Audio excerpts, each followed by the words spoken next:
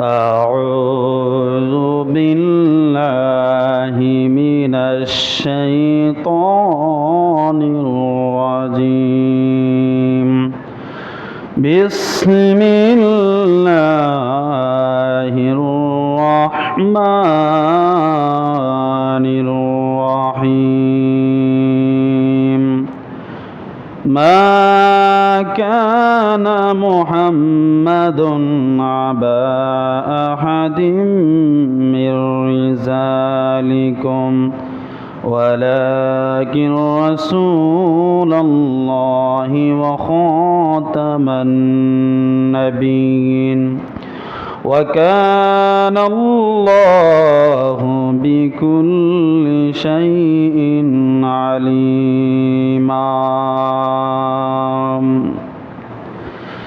إن الله وملائكته يصلون على النبي يا أيها الذين آمنوا صلوا عليه وسلموا تسليما اللهم صل على سيدنا مولانا محمد وعلى آل سيدنا مولانا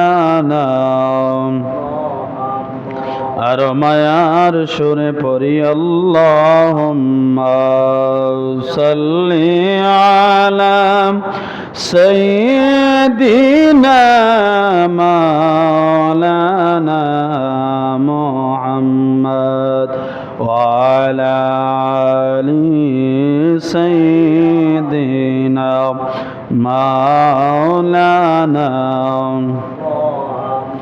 আল্লাহ তুমি দয়া করো নসিব করো মদিনা আল্লাহ তুমি দয়া করো নসিব করো মদিনা নূর নবীকে না দেখাইয়া নূর নবীকে না দেখাইয়া কবর দেশে নিও না আল্লাহুম্মা সাল্লি আলা সাইয়্যিদিনা মাওলানা মুহাম্মদ ওয়া আলা আলি সাইয়্যিদিনা মাওলানা লা ইলাহা ইল্লাল্লাহ লা ইলাহা ইল্লাল্লাহ লা ইলাহা লা ইলাহা আজর লা ইলাহা ইল্লাল্লাহ লা ইলাহা ভালো লাগে লা ইলাহা মারহাবা লা ইলাহা লাহু লা ইলাহা ফরজিগির মুমিন গান জিগিরে যাইয়া মন ফরজিগির মুমিন গান জিগিরে যাইয়া মন জিগিরে হয় দিল রোশন জিগিরে হয় দিল রোশন ইমানের সাথে হয় মরণ লা ইলাহা ইল্লাল্লাহ আজর লা ইলাহা ইল্লাল্লাহু লা ইলাহা কেন মুমিন প্রেম কেলা মরার আগে মরণ বালা কেন মুমিন প্রেম কেলা মরার আগে মরণ বালা জীবিত প্রাণ মরতে পারলে জীবিত প্রাণ মরতে পারলে ঘুচবে তোমার মরণ জ্বালা লা ইলাহা লা ইলাহা লা ইলাহা নবী তোমার মেরাজ আরশে প্রেমের আলাপ গোপনে নবী তোমার মেরাজ আরশে প্রেমের আলাপ গোপনে আইরে আমার মেরাজ তোমার শোনে আমার মেরাজ তোমার শোনে কবে দয়াময় করিবা লা ইলাহা ইল্লাল্লাহু লা ইলাহা ইল্লাল্লাহু লা ইলাহা ইল্লাল্লাহু লা ইলাহা Allah Allah Allah Allah Allah Allah Allah Allah Allah Allah Allah Allah আমার জীবন বিফলে গো সোনার জীবন বিফলে নবী আপনায় না ফাইলে মারহাবা আল্লাহ আল্লাহ আল্লাহ আমার জীবন বিফলে গো সোনার জীবন বিফলে নবী আপনায় না ফাইলে মারহাবা আল্লাহ আল্লাহ আল্লাহ আল্লাহ আল্লাহ আমি অঙ্গ কপাল মন্দ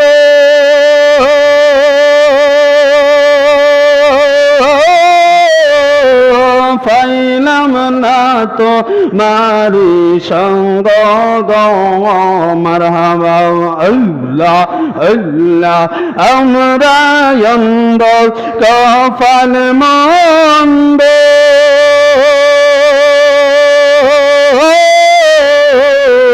পাইলাম না তোমারি সঙ্গ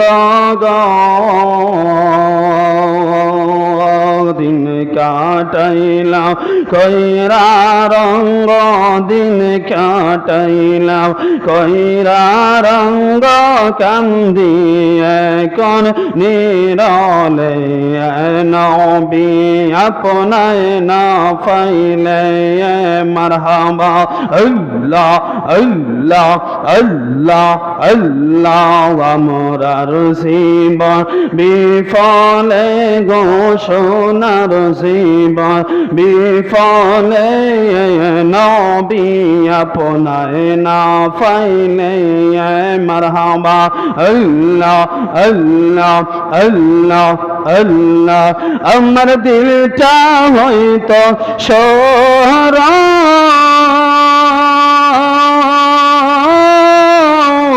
পাইলে নবী গো তোমার দর্শন মারহাবা আল্লাহ আল্লাহ আল্লাহ আমরার দিলটা হয়তো সরল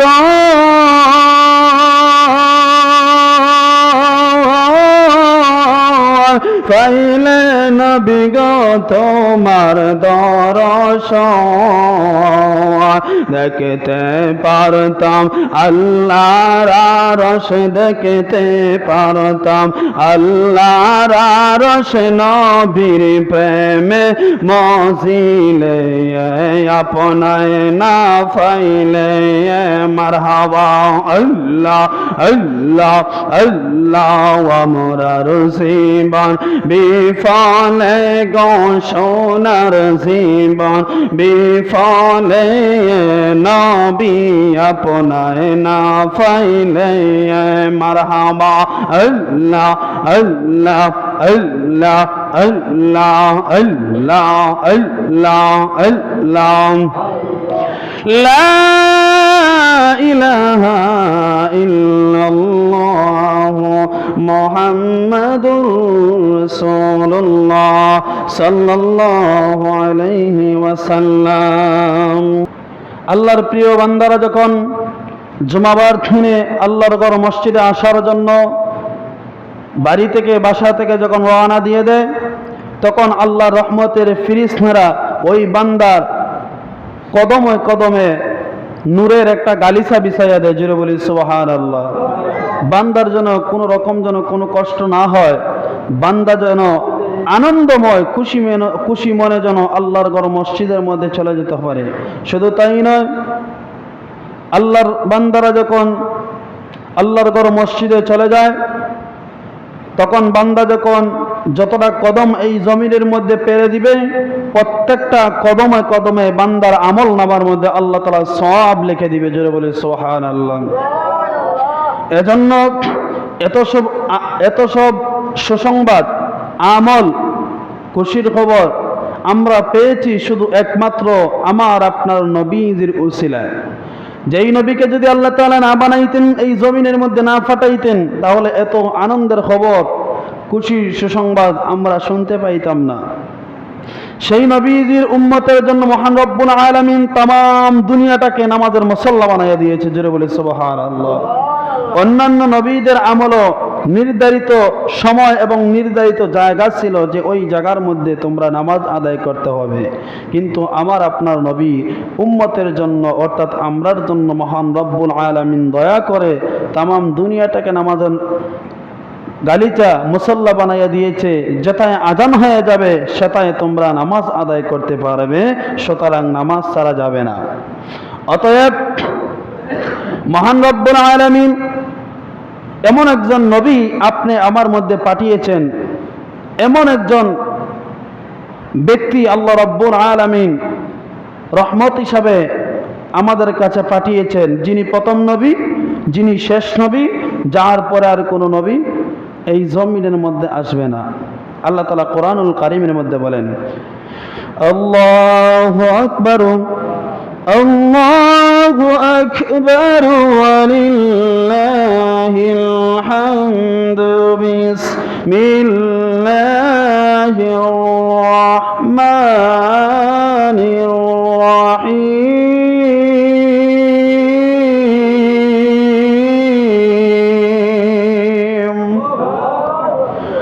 মা কানা মুহাম্মাদুন আবা আহাদিম মির রিজালিকুম ওয়ালাকিন রাসূলুল্লাহি ওয়া খাতামান নাবিয়্যিন।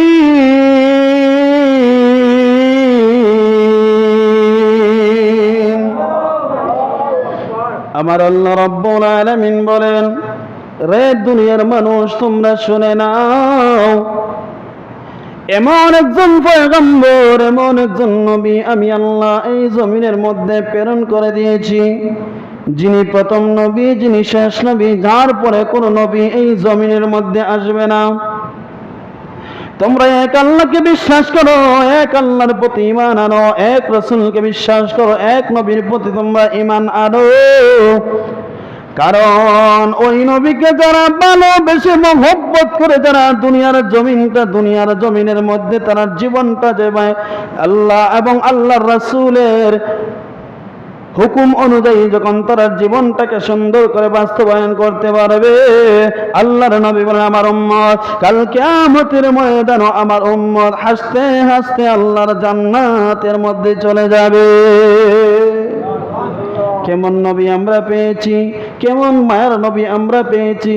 ওই নবীর উম্মত হওয়ার জন্য অন্যান্য নবীগণ পর্যন্ত আল্লাহর কাছে বলেছে, আল্লাহ আমাদেরকে নবী বানিয়েছে, কোনো দুঃখ নাই, কিন্তু আমরা যদি শেষ নবীর উম্মত আমরা বানাইতাই তাহলে আমরার জীবনটা ধন্য হয়ে যাইত। আমার আল্লাহ রব্বুল আলামিন আল্লাহর পয়গম্বর হযরত ঈসা আলাইহিস সালাতু ওয়াস সালামের দুয়ারে আল্লাহ কবুল করেছে। কিয়ামত হওয়ার আগে আল্লাহর পয়গম্বর ঈসা আলাইহিস সালাতু ওয়াস সালাম এই জমিনের মধ্যে আগমন করবেন আমরার নবীর উম্মত হইয়া। আওয়াজ দিয়ে বলা যাবে কি সুবহানাল্লাহ। নবীজির কেমন মর্যাদা, এই নবীজির মর্যাদা সম্মান আমার আল্লাহ রব্বুল আলামিন কত বাড়িয়ে দিয়েছেন। ওয়ারাফানা লাকা যিকরাক, আমার আল্লাহ বলেন নবী গো আপনার সম্মান মর্যাদা ইজ্জত আপনার শান এবং মান আমি আল্লাহ বাড়িয়ে দিলাম একবারে আরশে আজিম পর্যন্ত বাড়াইয়া দিয়েছি। জোরে বলি সুবহানাল্লাহ। শুধু তাই নয়, যত জায়গার জন্য আমি আল্লাহ রব, তত জায়গার জন্য তুমি নবীজি রহমত। জোরে বলি সুবহানাল্লাহ। ওই নবীজির সুন্দর আচরণ, সুন্দর কথাবার্তা, নবীজির সুন্দর কথাবার্তা শুনিয়া অধিকাংশ কাফেররা পর্যন্ত মুসলমান হয়ে গেল। শুধু তাই নয়, আল্লাহর নবী একজন সাহাবী হযরতে সালমান ফারসি রাদিয়াল্লাহু তাআলা আনহু, তিনি কিন্তু কালেমা পড়ে তখন মুসলমান হন নাই, তিনি কিন্তু কালেমা পড়ে তখন কিন্তু ঈমান আনেন নাই। হযরতে সালমান ফারসি রাদিয়াল্লাহু তাআলা আনহু ওনার বাবা উনাকে ডাক দিয়া বলল, সালমান ও বাবা বাড়ির মধ্যে বইসা তাইকো না, আমার ব্যবসা বাণিজ্যের প্রতি তুমি একটু খেয়াল করো, যাও বাজারের মধ্যে চলে যাও, যাইয়া আমার দোকানটাকে তুমি একটু দেখাশোনা করো। সালমান ঘর থেকে বের হয়ে গেল, যাইয়া দেখতেছে গো বাজারের কিনারের মধ্যে একটা গির্জার মধ্যে দাঁড়াইয়া কিছু খ্রিস্টানরা ইহুদিরা তারার গ্রন্থ তারা তেলাওয়াত করতেছে গুনগুন সরে। সালমান ফারসি রাদিয়াল্লাহু তাআলা আনহু ওদের তেলাওয়াত শুনিয়া সালমানের বড় ভালো লাগে গেল। সালমান রাদিয়াল্লাহু তাআলা আনহু তখন দৌড়াইয়া ওই ইহুদিদের সামনে, খ্রিস্টানদের সামনে চলে গেলেন, যাইয়া ডাক দিয়া বললেন, ওরে খ্রিস্টানরা রে, তোমরা এখানের মধ্যে বসে বসে তোমরা কি করতেছো? ওই খ্রিস্টানরা ডাক দিয়ে বলল, রে সালমান, আমরা এখানের মধ্যে বৈশা আমরা গ্রন্থ আমরা তেলাওয়াত করতেছি, আমরার বাইবেল আমরা তেলাওয়াত করতেছি। সালমান ডাক দিয়া বলে, রে খ্রিস্টানেরা, তোমরা বাইবেলের মধ্যে কি আছে আমাকে একটু শোনাইবানি? ওই খ্রিস্টানরা বলল, হ্যাঁ ঠিক আছে, তোমাকে আমরা শোনাবো, তুমি এখানের মধ্যে একটু অপেক্ষা করো, তুমি ধৈর্য সহকারে বসে পড়ো, আমরা তোমাকে আমাদের বাইবেল আমরা শোনাইতেছি। ইন দি মিন টাইমে ওই খ্রিস্টান ধর্মের গুরু যিনি আছে, ওই খ্রিস্টান ধর্মের গুরু ডাক দিয়া বলে, সালমান, আমরার বাইবেল আমরা তেলাওয়াত করতে, তুমি শোনো। সালমান ফারসি রাদিয়াল্লাহু তাআলা আনহু ডাক দিয়া বলে, এ খ্রিস্টান ধর্মের গুরু, তোমরার বাইবেল তুমি যতই তেলাওয়াত করো, যতই তুমি পড়ো, আমার কাছে কেমন জানি মনে হয়, আমার কাছে কেমন জানি মনে হয় বাইবেলের চাইতে আর কোনো সুন্দর ধর্ম হতে পারে না। একটু আওয়াজ দিয়ে বলা যাবে কি মারহাবা? ওই সালমান ফারসি রাদিয়াল্লাহু তাআলা আনহু ডাক দিয়া বলে, রে খ্রিস্টান ধর্মের গুরু, আমার কাছে মনে হয়েছে আমাদের ধর্মের চাইতে তোমাদের ধর্মের গ্রন্থ অনেক ভালো, অনেক সুন্দর, কিন্তু তোমার কাছে আমি জানতে চাই, এই বাইবেলের চাইতে আর কোনো সুন্দর ধর্ম আসেনি? এই বাইবেলের চাইতে আর কোনো কিতাব সুন্দর আসেনি? আমাকে থাকলে বলো। ওই খ্রিস্টান ধর্মের গুরু ডাক দিয়া বলে, সালমান, মুসলমান, তার চাইতে আরো সুন্দর একটা কিতাব আছে, তার চাইতে আরো সুন্দর একটা ধর্ম আছে, কিন্তু তোমাকে বলতে পারি একটা শর্ত আছে। সালমান বলে, রে গুরু, কি শর্ত আছে তুমি আমাকে বলো। ওই খ্রিস্টান ধর্মের গুরু ডাক দিয়া বলে, সালমান, আমি তোমার কাছে এই ধর্মের কথাটা বলতে পারি, কিন্তু এই কথাটা তুমি কাহারো কাছে বলতে পারবে না। যদি বলো তাহলে আমার গর্দান নিয়ে যাবে, তোমারও গর্দান নিয়ে যাবে, আমাদের বিপদ হইতে পারে। এই ধর্মের কথা আমরা কাহারো কাছে বলতে পারবো না, কারণ আমরা হইলাম খ্রিস্টান, যার কারণে এই ধর্মের কথা আমরা বলতে পারবো না। সালমান ফারসি রাদিয়াল্লাহু তাআলা আনহু ডাক দিয়া বলেন, রে খ্রিস্টান ধর্মের গুরু, কি এমন ধর্ম আছে আমাকে একটু বলো। ওই খ্রিস্টান ধর্মের গুরু ডাক দিয়া বলে, সেই ধর্মের নাম হয়েছে ইসলাম। জোরে বলি সুবহানাল্লাহ। ইন্নাদ-দীনা ইনদাল্লাহিল ইসলাম।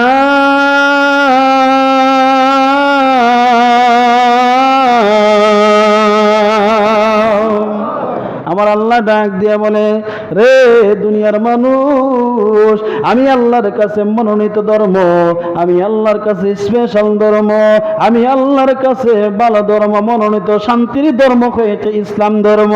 সেই ইসলাম ধর্মের মধ্যে যারা পরিপূর্ণভাবে প্রবেশ করেছে, ওই ব্যক্তি বলা যায় পরিপূর্ণভাবে ইসলাম ধর্মের মধ্যে প্রবেশ করার কারণে আমার আল্লাহ তাকে জান্নাত দিয়ে দিবে। জুড়ে বলা যাবে কি সুবহানাল্লাহ। আল্লাহ বলিয়া, আইয়ুহাল্লাযীনা আমানু দুখুলু ফিস-সিলমি কাফা, এ দুনিয়ার ঈমানদারেরা, এ দুনিয়ার মুত্তাকিরা, তোমরা শোনো, তোমরা পরিপূর্ণভাবে ইসলামের মধ্যে প্রবেশ করো। জোরে বলা যাবে কি সুবহানাল্লাহ। আল্লাহর কাছে মনোনীত ধর্ম ইসলাম ধর্ম। ওই সালমান ফারসি রাদিয়াল্লাহু তাআলা আনহু ডাক দিয়ে বলেন, ও খ্রিস্টান ধর্মের গুরু, এই শান্তির ধর্ম ইসলাম ধর্ম, এই ধর্ম আমি আবার কোথায় পাবো? ওই খ্রিস্টান ডাক দিয়ে বলে, সালমান, তোমারও যদি কোথাও যদি সুযোগ হয়, তোমারও যদি ভালো লাগে ইসলাম ধর্মটা শুই না, তুমি চাইলে কালেমা পড়ে মুসলমান হইয়া তুমি ইসলাম ধর্মের মধ্যে তুমি প্রবেশ করতে পারো। আমরা যে বাইবেল আছে, আমরা যে গ্রন্থ আছে, এই গ্রন্থ শুরু থেকে শেষ পর্যন্ত আমরা খ্রিস্টানরা কিন্তু তন্ন তন্ন তন্ন তন্ন করে পেরেছি। আমরা তাকাইয়া দেখলাম ওই ইসলাম ধর্মের চাইতে আর কোন সুন্দর ধর্ম হতে পারে না। আওয়াজ দিয়া বলা যাবে কি সুবহানাল্লাহ। ওই খ্রিস্টান বলে ইসলাম ধর্মের চাইতে আর কোন সুন্দর ধর্ম হতে পারে না। আমরা তো সেই মুসলমান, আমরা সেই মুসলমান হয়ে আমরা ইসলাম ধর্মটাকে আমরা ভালো করে আমরা আঁকড়িয়ে ধরতে পারি না। আফসোস লাগে। এই ইসলাম ধর্ম আমরা পাওয়ার পরেও আমরা ঠিকমতো আমরা 5 ওয়াক্ত নামাজ পড়ি না, আমরা ঠিকমতো কোরআন তেলাওয়াত করি না, আমরা ঠিকমতো আল্লাহকে আমরা ডাকতে রাজি হই নাই। কিন্তু দেখেন, আমরা কিন্তু মুসলমান থাকা সত্ত্বেও আমরা এতটুকু আমরা গবেষণা করতে আমরা চাই না। কিন্তু ওই খ্রিস্টান বলে, সালমান, ওই ইসলাম ধর্মের চাইতো আমাদের বাইবেলের মধ্যে আমরা কাটাকাটি করে আমরা দেখেছি ইসলাম ধর্মের চাইতে আর কোনো সুন্দর ধর্ম হতে পারে না। যদি তোমার সুযোগ হয়, তোমার যদি সময় হয়, তাহলে তুমি ওই ইসলামের উপরে তুমি কালেমা পড়ে মুসলমান হয়ে ওই ইসলাম ধর্মের মধ্যে তুমি প্রবেশ করে নিয়ে। জোরে বলি সুবহানাল্লাহ। সালমান ফারসি রাদিয়াল্লাহু তাআলা আনহু ডাক দিয়ে বলেন, রে খ্রিস্টান ধর্মের গুরু, আমি ওই ইসলাম ধর্মটা আমি কোথায় পাবো? ওই খ্রিস্টান ধর্মের গুরু ডাক দিয়ে বলে, সালমান, তুমি এই ধর্ম তুমি তোমার রোম পারস্যের মধ্যে তুমি পাইবাই না। এই রোম পারস্যের মধ্যে এই ইসলাম ধর্ম তুমি পাইবাই না। ওই ইসলাম ধর্ম যদি তুমি পাইতে চাও, কিছুদিন পরে মক্কা নগরীর মধ্যে একজন নবীর আগমন হইবে। জুড়ে বলি সুবহানাল্লাহ। কিছুদিনের মধ্যেই মক্কাতুল মুকাররমার মধ্যে একজন নবীজির আগমন হইবে। ওই নবীজি কালেমার দাওয়াত দিবে, ইসলামের দাওয়াত দিবে।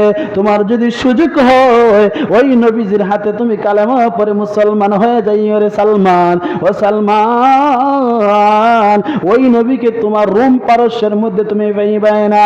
ওই নবীকে পাইবাই তুমি খেজুরের দেশের মধ্যে, ওই নবীকে পাইবাই তুমি পাহাড়ের দেশের মধ্যে, ওই নবীকে পাইবাই তুমি মরুভূমির দেশের মধ্যে। মধ্যে অর্থাৎ মক্কাতুল মুকাররমার মধ্যে ওই নবীকে তুমি পাইবা। তোমার যদি সুযোগ হয় তুমি ওই মক্কাতুল মুকাররমার মধ্যে চলে যাইও। যেমনি ভাবে যেই সময় এই কথাটা সালমান ফার্সি শুনলেন, শোনার পরে ওনার খানি দানি সবকিছু বন্ধ হয়ে গেছে, ওনার কোনো কিছুই ভালো লাগতেছে না, কাজকর্ম কোনো কিছুই ভালো লাগতেছে না।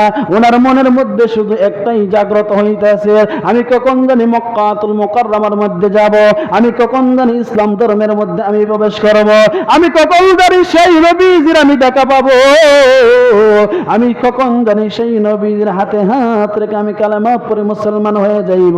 সদা সর্বদাই সব সময় সালমান ফার্সির অন্তরের মধ্যে শুধু এই কথাই জাগ্রত হয়ে আছে, জাগ্রত হয়ে আছে। সালমান ফার্সি রাদিয়াল্লাহু তাআলা আনহু ডাক দিয়া বলে, রে খ্রিস্টান ধর্মের গুরু, আমি মক্কাতুল মুকাররমার মধ্যে আমি ওই নবীকে আমি কিভাবে চিনব?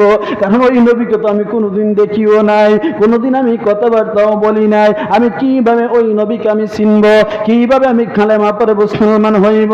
ওই খ্রিস্টান ধর্মের গুরু ডাক দিয়ে বলে, সালমান, ওই নবীকে চিনার জন্য তোমাকে আমি তিনটা ওসিয়ত তোমাকে করে দিয়ে যাই। ওই নবীকে চিনার জন্য তিনটা আলামত তোমাকে আমি বলে দিয়ে যাই। ওই তিনটা আলামত যদি ওই নবীর কাছে তুমি পেয়ে যাও, তাহলে নিঃসন্দেহে মনে করবা সে আল্লাহর নবী। আর হাতের মধ্যে হাত রেখে তুমি কালেমা পড়ে মুসলমান হয়ে যাইও। আওয়াজ দিয়ে বলা যাবে কি সুবহানাল্লাহ। নবীর প্রেমে পাগল যারা প্রেম খেলা খেলে, নবীর প্রেমে পাগল যারা প্রেম খেলা খেলে, নবীর প্রেমে পাগল ছিল ওয়াসকুরুনি, নবীর প্রেমে ওয়াসকুরুনি দন্ত পেলে, নবীর প্রেমে পাগল যারা প্রেম খেলা খেলে, হায়রে নবীর প্রেমে পাগল যারা প্রেম খেলা খেলে। হানজালা পাগল ছিল নবীর প্রেমে জীবন দিল, হানজালা পাগল ছিল নবীর প্রেমে জীবন দিল, গোসল করাইল তারে ফেরেশতার দলে, নবীর প্রেমে পাগল যারা প্রেম খেলা খেলে, নবীর প্রেমে পাগল যারা, নবীর প্রেমে ওয়াসকুরুনি দন্ত ফেলে, নবীর প্রেমে ওয়াসকুরুনি দন্ত ফেলে, নবীর প্রেমে পাগল যারা খেলে, নবীর প্রেমে পাগল যারা।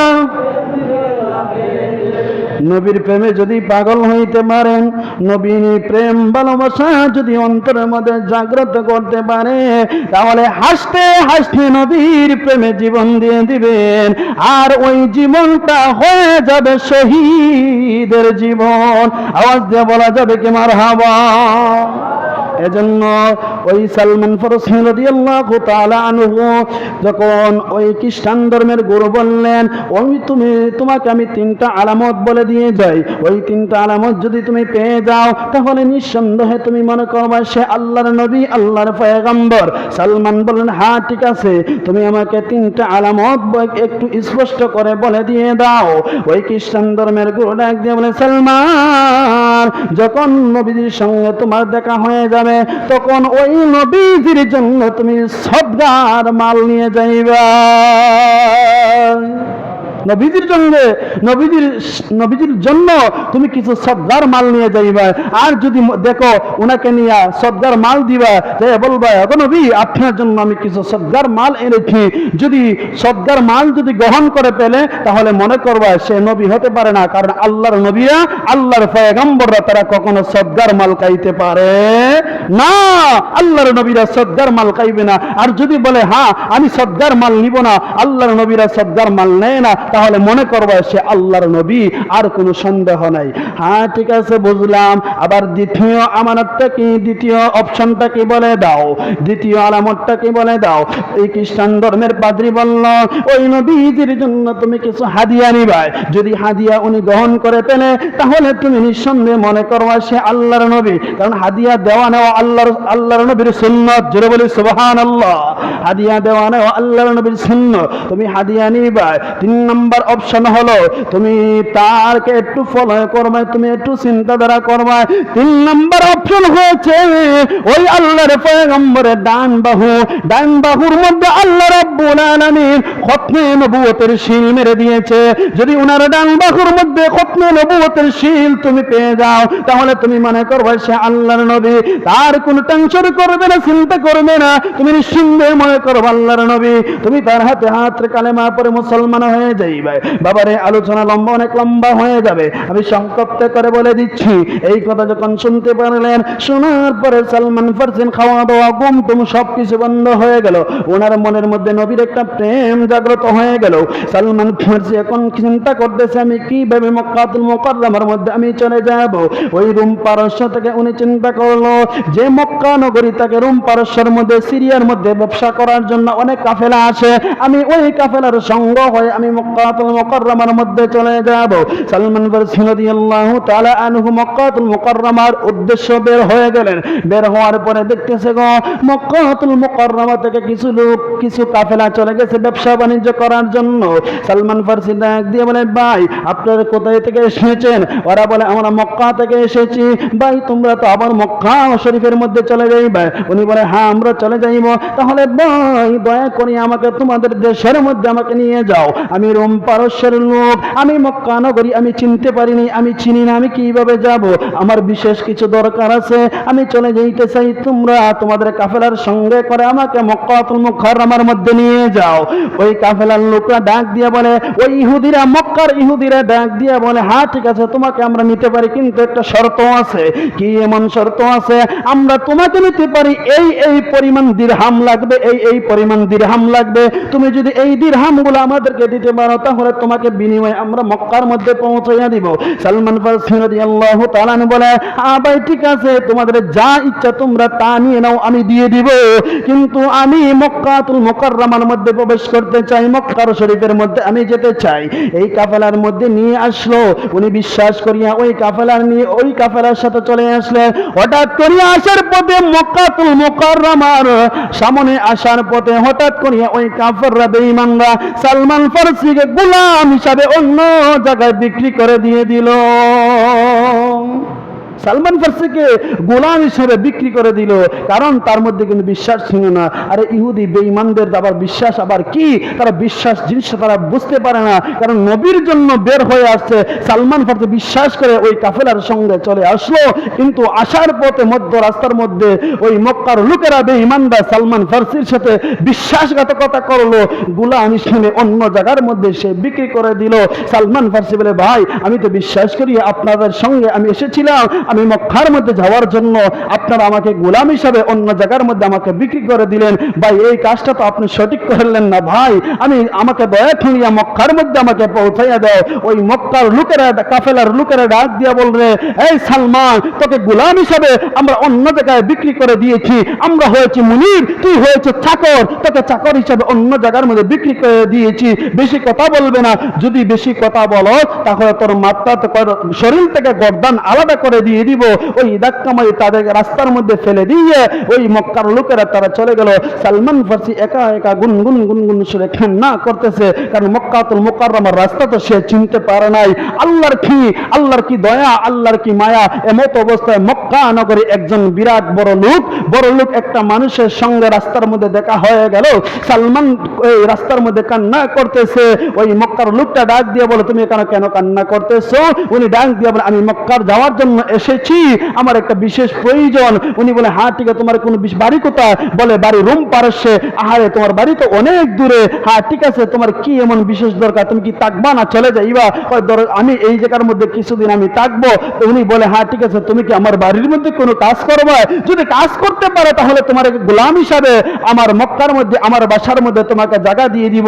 সালমান ফার্সি মনে মনে চিন্তা করতে লাগলেন, হ্যাঁ ঠিক আছে, আমি গোলাম হিসাবে মক্কার মধ্যে আমি চলে যাই। মক্কার মধ্যে যাওয়ার পর আমার নবীর সন্ধানে আমি গোপনে আমি বের হয়ে যাইব। ওই সালমান ফার্সি মক্কা নগরীর মধ্যে গোলাম হিসাবে চলে আসলেন। আসার পর ওই মক্কার লোক সালমান ফার্সিকে একটা কাজ দিয়ে দিলেন, তার বাড়ির সামনে কাজ দিয়ে দিলেন, খেজুর পাড়ার কাজ দিয়ে দিলেন। প্রতিদিন গাছের মাথার মধ্যে উইটা উনি খেজুর পাড়তেছে। হঠাৎ করিয়া শুনতেছে যার বাড়ি চলে আসছেন ওই মালিকের ছোট ভাই চলে আসছে। আইসা ডাক দিয়ে বলে, ভাই ও ভাই, তুমি শুনছনি মক্কা নগরীর মধ্যে একজন লোকের আবির্ভাব হয়েছে, একজন লোক আগমন করেছে, উনি যেইভাবে কালেমার দাওয়াত দিতেছে, কালেমার দাওয়াত দিয়ে সবাইকে মুসলমান বানিয়ে ফেলতেছে, আমাদের বাপ দাদার মুখের মধ্যে সুনকালি মারতেছে, আমাদের দলগুলা, আমাদের কাফেলাগুলা হালকা হয়ে যাইতেছে, আমাদের লোক সংখ্যা মুসলমান হয়ে যাইতেছে। না না না, এটা করা যাবে না, এটার একটা বিহিত করতে হবে। যেই মাত্র সালমান ফার্সি তার মুখের মধ্যে এই কথা শুনতে পাইল, সালমান ফার্সি খেজুরের গাছের আগা থেকে লাফ দিয়ে জমিনের মধ্যে পড়ে গেল। জমিনের মধ্যে পড়ার পরে দৌড়াইয়া চলে আসলো। ঈশা ডাক দিয়ে, বাইরে ভাই ও ভাই, কে এই লোকটা? ওই লোকটাকে মক্কার মধ্যে আগমন করেছে, কালেমার দাওয়াত দিতেছে, ওই লোকটাকে তোমরা আমাকে একটু চিনাইয়া দিবানি, ওই লোকের সাথে আমাকে একটু দেখাইয়া দিবানি। ওই মালিকের ভাই ডাক দিয়ে বলে, রে গোলাম, তুই হয়েছিস আমাদের বাড়ির গোলাম, তুই এত খবর জানার দরকার কি? জানার কোনো প্রয়োজন নাই, যা তোর কাজের মধ্যে চলে যা। সালমান ফার্সি এইভাবে দুটো হাত এইভাবে চেপে ধরলেন, দইরা মিনতি করিয়া বলতেছে, ভাই আমি ওই নবীর জন্য, ওই মানুষটার জন্য আমি রোম পারস্য থেকে খাইয়া না খাইয়া চলে এসেছি। মা বাবা, ভাই ব্রাদার, ছেলে সন্তান, স্ত্রী সব কিছু সারিয়ে আমি চলে এসেছি। ওই মানুষটার জন্য একটা নজর দেখা করার জন্য আমি সব কিছু ছেড়ে এসেছি। ও ভাই, ওই লোকটা কোথায় পাওয়া যাইব? মালিকের ভাই ডাক দিয়ে আবার, ওই লোকটাকে অমুক জায়গার মধ্যে পাওয়া যাইব। তখন বলে, আমাকে নিয়ে যাইবাই।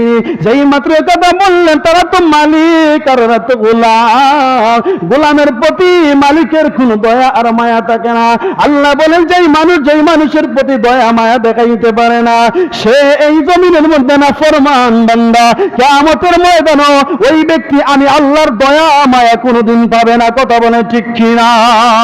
আল্লাহ বলেন, আমার সৃষ্টি জগতের মধ্যে আমার সৃষ্টির জন্য যেই বান্দা আরেক বান্দার জন্য মায়া দেখায়, মহব্বত দেখায়, কিয়ামতের ময়দানে ওই ব্যক্তির জন্য আমি আল্লাহর দয়া মায়া থাকবে।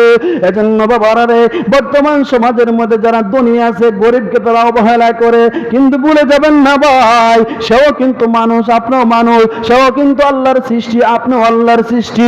হয়তো ভাগ্য গুণে আপনি পরলোক হয়েছেন, ভাগ্য গুণে সে ফকির হয়েছে, কিন্তু মনে রাখবেন আপনি বড়লোক মুহূর্তের মধ্যে আপনি ফকির হইতে পারেন, ওই ফকির ব্যক্তি, গরিব ব্যক্তি মুহূর্তের মধ্যে বড়লোক হইতে পারে, কারণ আমার আল্লাহ তাআলা চাইলে সব কিছু সম্ভব করা যাবে। কথা বলেন ঠিক কিনা?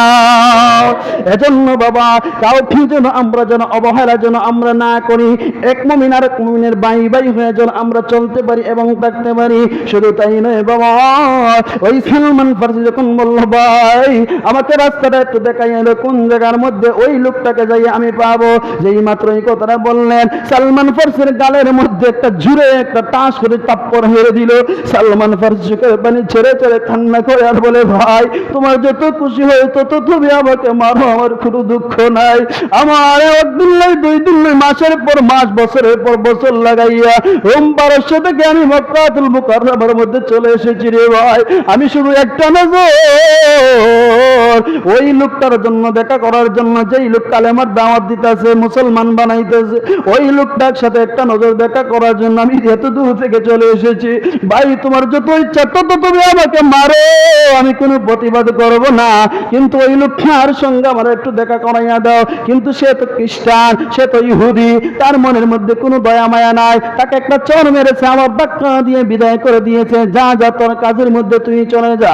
সালমান ফার্সি সারাদিন কাজ করলো, রাত্রের বেলা চিন্তা করতেছি, না না না, ওই নবীজির কুজ আমি নিজেই সন্ধান বের করতে হবে, যে যেহেতু মক্কাতুল মুকাররমার মধ্যে নবীজির আগমন হয়েছে, নবীজি আসছেন, আমি খুঁজে খুঁজে আমি বের করতে পারবো। একদিন, 2 দিন, 3 দিন এইভাবে সময় যাইতে যাইতে হঠাৎ নিয়ে একদিন নবীজির সন্ধান পাইলেন সালমান ফার্সি। সালমান ফার্সি সন্ধান পাওয়ার পরে ওই যে সালমান ফার্সি মানুষের বাসায় বাসায় কাজ করছে, কাজ করিয়ে কিছু টাকা উপার্জন করেছে, ওই টাকা দিয়ে কিছু সদগার মাল কিনেছে। ওই মালটা কিনিয়া ওই নবীজির সন্ধানে চলে গেলেন। যাওয়ার পরে সালমান ফার্সি দেখতেছে তার 2টা নয়ন দিয়ে নবীজির চেহারা মুবারকের দিকে তাকাইলো। তাকাইয়া দেখতেছে আর সালমান ফার্সি বলে, আরে এত সুন্দর মানুষ, এত সুন্দর আল্লাহর রাসূল, যার চেহারা আমার এই 2 চোখ আর কোনোদিন দেখে নাই। আমি নবীজির চেহারা দেখেই তো আমি অর্ধেক নবীজির প্রতি আমার মনটা দুর্বল হয়ে গেল, আমি শীতল হয়ে গেলাম, আর বাকিটা তো অবশ্যই পূরণ হয়ে যাবে। সালমান ফার্সি মনে মনে ভাবে, আরে এত সুন্দর চেহারার মানুষ আমি তো আর কোনোদিন দেখি নাই। নবীজির সামনে যখন চলে গেলেন, যাইয়া বললেন, নবী গো, আমি অনেক দূর থেকে আপনার কাছে চলে এসেছি। নবীজি বললেন, তুমি কিসের জন্য চলে এসেছো? বলতেছে, আমি আপনার জন্য কিছু সদগার মাল এনেছি। আমার নবী মুস্কি হাসি দিয়া বললেন, রাজীব, আল্লাহর পয়গম্বররা কোনোদিন সদগার মাল খাইতে পারে না, তারা সদগা খাবে না। এই মালটা তুমি অন্য কোথাও বিলিয়ে দাও। ওটা নিয়ে গেল 1 নম্বর অপশনের মধ্যে, ফার্স্ট ক্লাসে পাস হয়ে গেল। এবার আসুন 2য় নম্বর অপশন। আরো কিছুদিন পরে নবীজির জন্য কিছু হাদিয়া নিয়ে গেল। যাইয়া বলি, ইয়া রাসূলুল্লাহ, ইয়া হাবিবাল্লাহ, আমি আপনার জন্য কিছু হাদিয়া নিয়ে এসেছি। আমার নবী মুস্কি হাসি দিয়া বলে, যুবক, দাও দাও দাও, হাদিয়া দেওয়া সুন্নাত না, ও সুন্নাত, আমি গ্রহণ করে নিলাম। এইভাবে যখন হাদিয়া দিয়ে চলে গেলেন, আবার কিছুদিন পরে উনি অপেক্ষা করতেছেন নবীজির বাসার চাইতে চতুর্দিকে অপেক্ষা করতেছে, কোন দিন জানি আমি নবীজির খতমে নবুয়তের শিলটা দেখব, আর আমার 3টা অপশন পূরণ হয়ে যাবে, আর নবীজির হাতে আমি কালেমা পড়ে মুসলমান হয়ে যাইব। প্রথম নম্বর শর্ত আমি পাশ করে ফেললাম, 2য় নম্বর অপশনের মধ্যে আমি পাশ করে ফেললাম, এবার 3য় নম্বর অপশন রয়ে গেল, কখন জানি নবীজির জামা মুবারক খুলবেন, কখন জানি আমি খতমে নবুয়তের শিল আমি দেখব। এই অপেক্ষায় নবীজির বাসার সামনে ঘোরাঘুরি করতেছে। আমার নবী তো আল্লাহর পয়গম্বর, আল্লাহ তাআলা তো ইলহামের মাধ্যমে সবকিছু জানাইয়া দিতেছে। আমার নবী একদিন ডাক দিয়ে বলে, যুবক, আয় আয় আয়, এদিকে আমার সামনে আয়। নবীজির সামনে নিয়ে বললে, যুবক রে, তুমি কেন এই জায়গার মধ্যে ঘোরাঘুরি করতেছো? ওই যুবক বলে, ইয়া রাসূলুল্লাহ, আমি একটা জিনিস ফলো করতেছি, আমি এখন বলবো না, পরে বলবো। আমার নবী বলে, যুবক, তুমি কোন কারণে ঘোরাঘুরি করতেছো সেটাও আমি জানি। তুমি আমার বাহুর মধ্যে, ডান বাহুর মধ্যে, সিনার মধ্যে খতমে নবুয়তের শিল দেখার জন্য তুমি ঘোরাঘুরি করতেছো।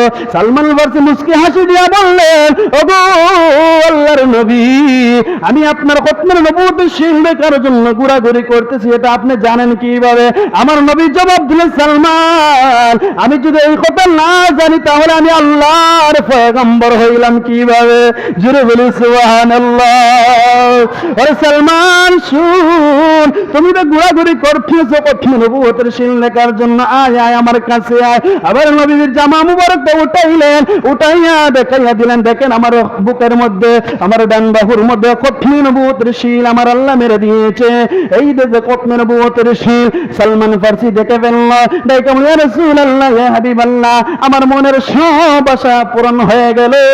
আপনি আল্লাহর পয়গম্বর, আল্লাহর রাসূল, আমার আল্লাহ খতমে নবুয়তের শিল আমার আল্লাহ মেরে দিয়ে দিলেন, আর বুঝাইয়া দিলেন, মা কানা মুহাম্মাদুন আবা আহাদিন মিন রিজালিকুম ওয়ালাকিন রাসূলুল্লাহ ওয়া খাতামান নাবিয়্যিন। নবী গো, আপনি শেষ নবী, আপনি প্রথম নবী, আপনিও শেষ নবী, আপনার পরে আর কোনো নবী আসবে না। আপনার পরে যদি কোনো কেউ নবী দাবি করে তাহলে সে বন্ধ, শুধু বন্ধ না, সে ডাইরেক্ট টাট্টা কাফের। কথা বলেন ঠিক কিনা? এজন্য আমার নবীকে কাদিয়ানীরা শেষ নবী মানে না, এজন্য কাদিয়ানীরা টাট্টা বেঈমান কাফের। কথা বলেন ঠিক কিনা? আমার আল্লাহ তো বলে দিয়েছে, নবী গো, আপনাকে খতমে নবুয়তের শিল মেরে দিয়ে দিলাম, আপনার পরে আর কোনো নবী আসবে না, আপনি প্রথম নবী, আপনিই শেষ নবী। ওগো নবী, নবী গো, খতমে নবুয়তের শিল মাইরা আপনাকে এই জমিনের মধ্যে পাঠাইয়া দিলাম। ওই সালমান ফার্সি রাদিয়াল্লাহু তাআলা ডাক দিয়া বলে, ইয়া রাসূলুল্লাহ, ইয়া হাবিবাল্লাহ, নবী গো, আপনি জানেননি আমি কোথায় থেকে এসেছি? রোম পারস্য থেকে আপনার খুঁজে এসেছি গো নবী। আমি যখন খ্রিস্টানদের বাইবেলের মধ্যে আপনার প্রশংসা শুনলাম, কথাবার্তা শুনলাম, আমার মনটা শীতল হয়ে গেল। আমি তাকাইয়া দেখলাম আমার ধর্ম আমার কাছে আর ভালো লাগে না। আমি চিন্তা করলাম আমি ইসলাম ধর্মের মধ্যে আমি প্রবেশ করব। নবী গো, আপনার হাতে কালেমা পড়ে আমি মুসলমান হয়ে যাইব।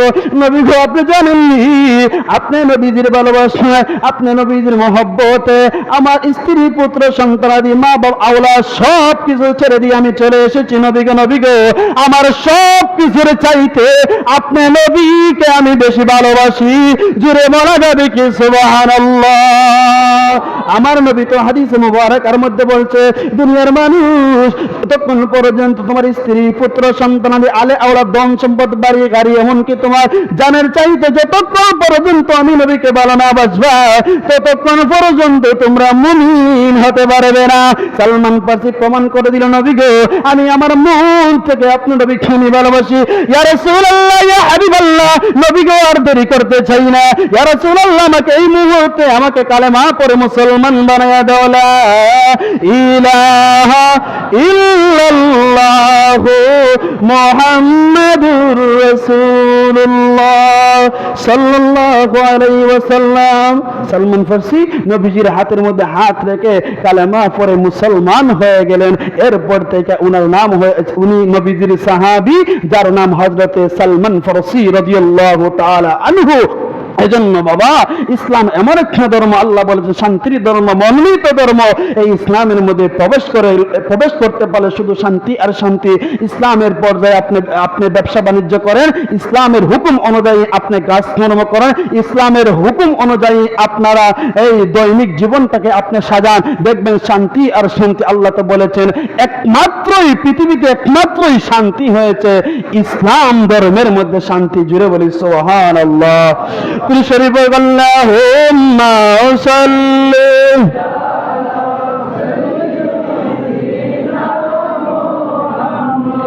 আলাইনা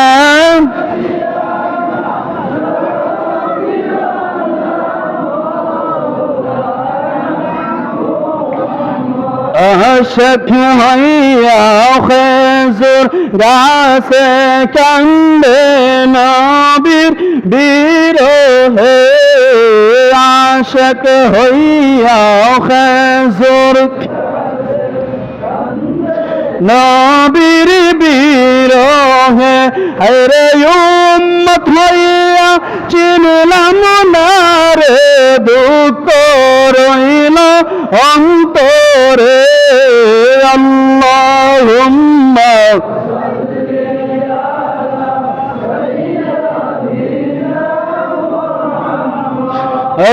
নাবিয়ানা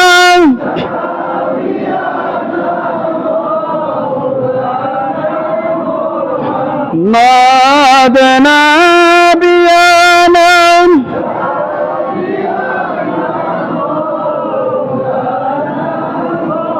ربي من كل ذنب وأتوب إليه لا حول ولا قوة إلا بالله العلي العظيم اللهم آمين ربنا ظلمنا أنفسنا وإن لم تغفر لنا وترحمنا لنكونن من الخاسرين ربنا هب لنا من أزواجنا وذريتنا قرة أعين واجعلنا للمتقين إماما رب العالمين আল্লাহ তাকায় মাওলা জুমার আলোচনার পরপরই মাওলা তোমার হাবিবের উপর মায়ার নবী জিন্দা নবী হায়াতুন নবীর উপর আমরা দাঁড়াইয়া সালাতু সালাম আদায় করলাম মাওলা মেহেরবানি করে কবুল আর মঞ্জুর ফরমাও আল্লাহ যা কিছু আলোচনা করলাম সেই আলোচনা অনুযায়ী আমরা সহ সকলকে সকল যুবক ভাইরা সহ মুরব্বীরা সহ আমরা সকলকে নবীর প্রতি মহব্বত ভালোবাসা পয়দা করিয়া দাও আল্লাহ নবীজির ভালোবাসা মহব্বত আমরা প্রত্যেকের অন্তরে অন্তরে পয়দা করিয়া দাও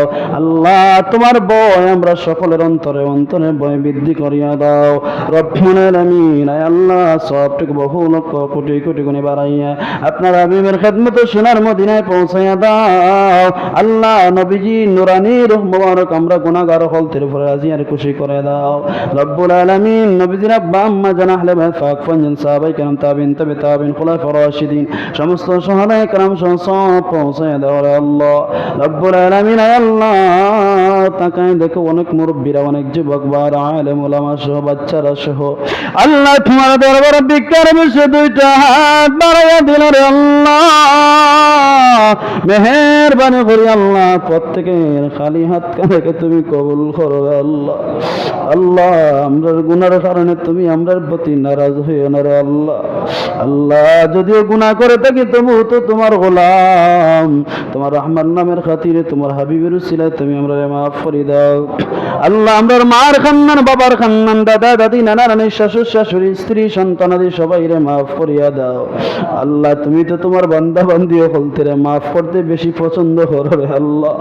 আল্লাহ তওবার নিয়তে তোমার দরবারে হাত বাড়াইলাম, আমরা আর তওবার হাত কানাকে উসিলা বানাইয়া তুমি আমরা রে মাফ করে দাও রে আল্লাহ। রব্বিল আলামিন আল্লাহ যাদের মা বাবা অন্ধকার খবরে চলে গেছে আল্লাহ, আল্লাহ যারা এতিমের বেশে হাত বাড়াইছে আল্লাহ, ওই এতিমদের মাই বাবার কবরে সব পৌঁছে দাও আল্লাহ। অনেকে আছে মা নাই, আবার অনেকে আছে মা বাবা নাই রে আল্লাহ। আবার অনেকে এমন মানুষ আছে নাই বাবা নাই, তার মতো এই সমাজে দুঃখী আর কেউ নাই রে আল্লাহ। আল্লাহ এতিমদের প্রতি তাকাও, এতিমদের হাতের দিকে তাকাই, এতিমদের মাই বাবার কবর জান্নাতের বাগান বানায়া দাও আল্লাহ। তোমার অনেক মায়ার বান্দা বান্দি হতে দোয়া চাইছেন আল্লাহ, তুমি কবুল করে নাও রে আল্লাহ।